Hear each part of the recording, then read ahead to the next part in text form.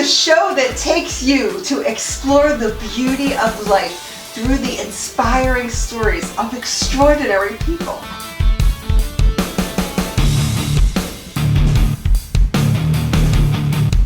My name is María Walters, and today I invite you to immerse ourselves in the world through nature, and we will discover the soul of a beautiful woman who at 93 years old shows us her great passion for creating a green oasis in our community, making her an inexhaustible source of inspiration and motivation. Join me as we discover how love of nature and gardening become powerful messages of positivity and hope for us all. In Connection, we explore the deep connection between the human soul and the earth, showing how the tireless work of this beautiful woman drives us to live with a renewed attitude every day. Get ready for an experience that will leave you with a heart full of love and an open mind to celebrate the abundance of natural life.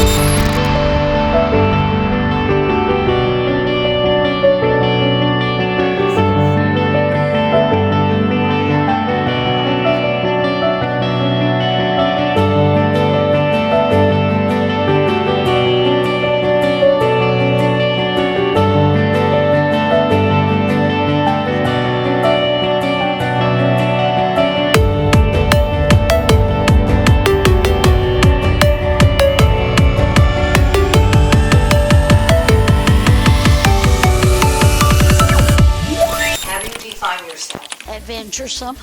I'm always ready to try something new, something different, and hopefully I can make it work and do something good for somebody. So, but that's I've had many adventures in my life, and I've loved all of it.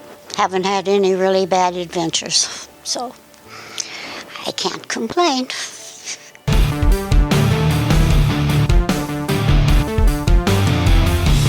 Was there an event that changed your life, and what was the tool that helped you move forward? Oh, well, let's see. I had a couple of things, but the first thing that comes to mind, and it's always in my memory, was when I was in the little country house where we lived, 6 of us, in a 3-room house. And I stepped out the kitchen door, and on the step there was a baby chicken. I stepped on the chicken and crushed him, and I was crushed myself and started crying and picked up the poor chicken, tried to bring it back to life all day, and Mother said, just give it up, it's not gonna, and so I think that influenced my choice of going into nursing, was to take care of people and do the best I could to help them. So that has always been memory, yeah. Please tell me in a few words what it means to you. Love. Love means caring for everyone, no matter if it's your husband, your children, your friendships you make, or just ordinary people. Like at the garden, when I meet people over at the butterfly garden, I don't know them, but I try to show them a little love when they're telling me how great the garden is. So that's what love means to me, is always being true to whoever you're working with or living with. Please tell me in a few words what it means to you. Friendship. Friendship means always caring for the folks that you come in contact with through your lifetime, and always to remember to make new friends wherever you go, but keep your old friends also. Please tell me in a few words what it means to you. Relationships. Relationships, that means if you have a good relationship with your families, if you try to work with your families, not be overbearing. I grew up that way. I had a mother and father that were a little overbearing, I thought, on the oldest girl. So I try not to do that with my own families and with friends that I come in contact with. Please tell me in a few words what it means to you. Family. Family comes first in my life, always has. My first baby was a 3-pound baby. She's living now and she's 71 years old. And that was a joy to me because she was not expected to live. So she was very precious to me. And then my husband wanted a boy so bad, but the next one turned out to be another girl. So he did have two. Later we had 2 boys. So he got his wishes. The 4th son, he won a lot of trips with his business, and so on our trip to Hawaii, I told him if he won that trip to Hawaii, I would give him a son. But of course I got pregnant before we went, but thank goodness he did go. So families are very important, and all my grandchildren and great-grandchildren. Please tell me in a few words what it means to you. Life. Life is fulfilling to me when I do things for others. I have started that after raising my family. I had not much time to do for a lot of other people, but I always enjoyed their childhood and activities at school, and did with them. Then I went in nursing, and I was there giving my care and loving the people that I was taking care of. Then we moved a lot because of my husband's business, so I had opportunities everywhere I went to help do something to help.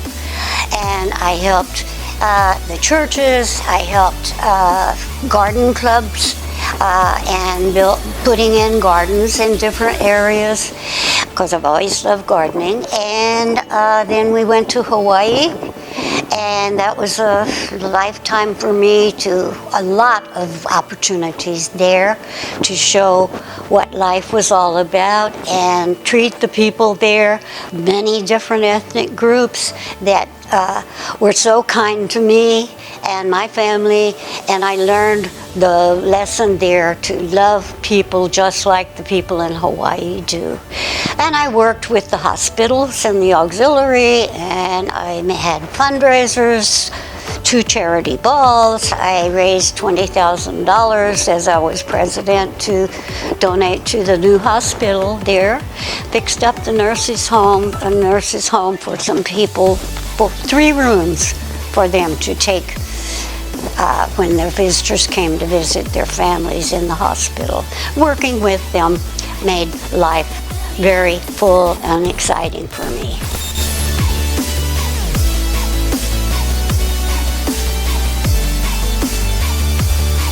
Please tell me in a few words what it means to you. Happiness. Happiness is waking up in the morning, being able to get out of bed and realizing that I still have my facilities about me, and I'm ready to go on for another day and another chance at doing something good for someone.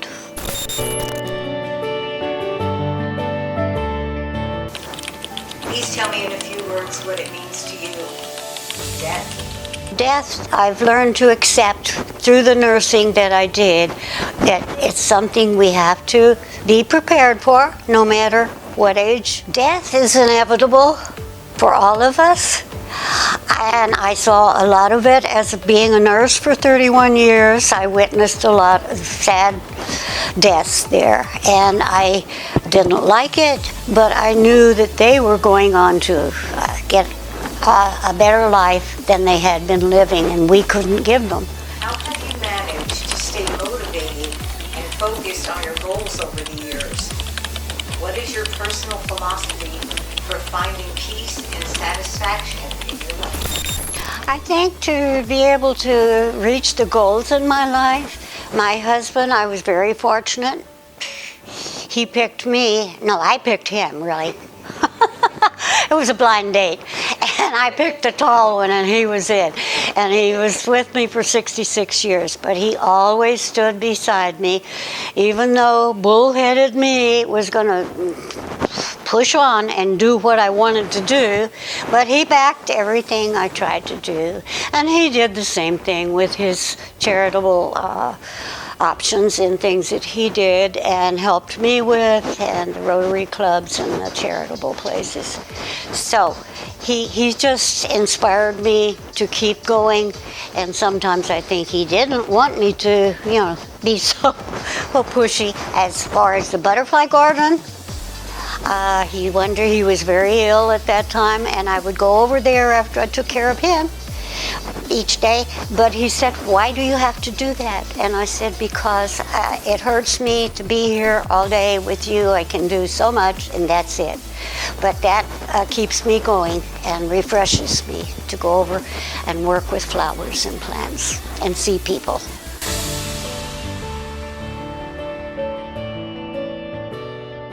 How much are you like that person your mom or dad wanted you to be? The first one, my dad was very adamant about me not going into nursing. That was not for young women to be doing that, and taking care of old men and things. But I persevered, and I went ahead pushing until I had to wait because I graduated from high school at 16. They wouldn't take me in the nursing school until I was 18. So I did go in, and my mother was proud of me, but she always told me from the time I was a little toddler that I was supposed to be doing for other people and not for myself, and not wanting just for myself. Other people is what I was put here on this earth to do. So that's been my philosophy all along, is trying to do what Mother instilled in me.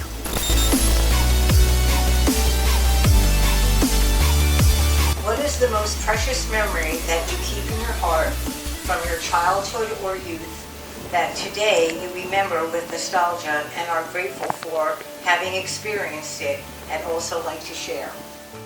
That's my second good memory is of my time in my childhood when I was 5 years old. We lived down the road in that little 3-room house where I killed the chicken, and I could run up to my grandmother's big 2-story place. She was Scottish, and she always loved to have the teapot ready and cookies made for me. But first we had to go to the garden. She had a beautiful garden, and she let me plant seeds, let me cut flowers to take to my mother or whatever I wanted to do, and help with digging and all the gardening things I learned from her. And so I'm very grateful for all of that, and I'll never forget. She died when I was only 7. I didn't get to spend much time with her, but she gave me a good lesson for life.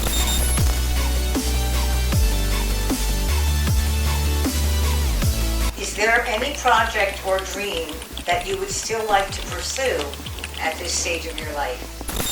Well, yes. At 92, nearly 93, I really would like to continue with the butterfly garden I started, and hopefully I will be able to do that. As my little friend in Virginia used to say, be the good Lord willing and the creeks don't rise, then maybe I'll be able to do that and have the strength to do it. But I really would like to finish up in the garden, even if I kick up my heels over there.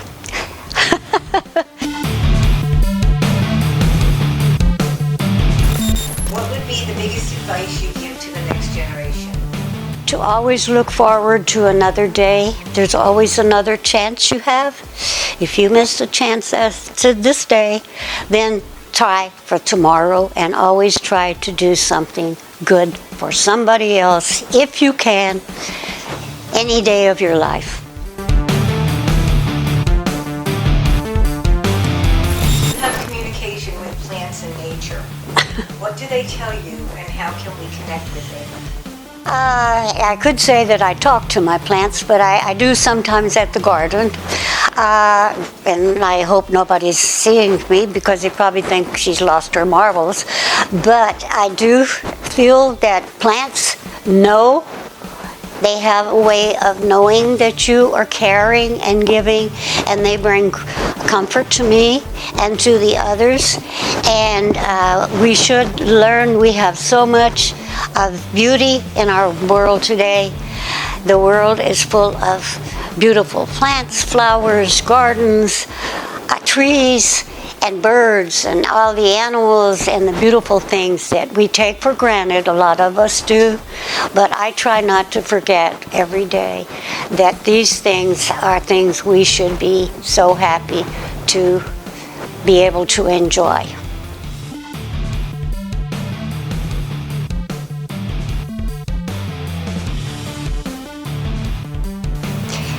And as my final words are, let there be peace in the world, and let it begin with me.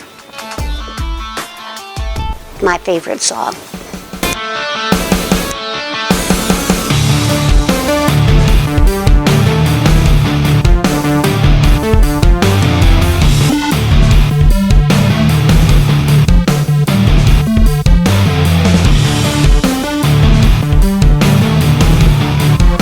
Two grades, from one school to the another. Yeah. It was beautiful, absolutely. Now, I can tell you skipped 2 grades. So smart. That's amazing. And we had a 6-man football team, but we did have a pep squad, so I was 6 man, how could they play? when that picture was taken. And of course, I had, eyes on these guys here, but they didn't want me, I mean, they picked the other good beauties that were in there, her and her and her. Just as beautiful, it's not. Yeah. So anyway, that was, but my father wouldn't let me date anyway until I was 16. Oh. So for the senior prom, my brother had to take me, my lieutenant in the Air Force, and he danced with all the girls. But not you. Not me too much, no. So Thank you for being a part of Connections. Today, we say goodbye with gratitude, reminding you that this show is a journey to motivate and inspire us. Through these documentaries, we connect with the soul and discover our true being. Thank you very much, and we hope that you enjoyed every moment. We invite you to join us on our next episode of Connections, remembering together that we are one.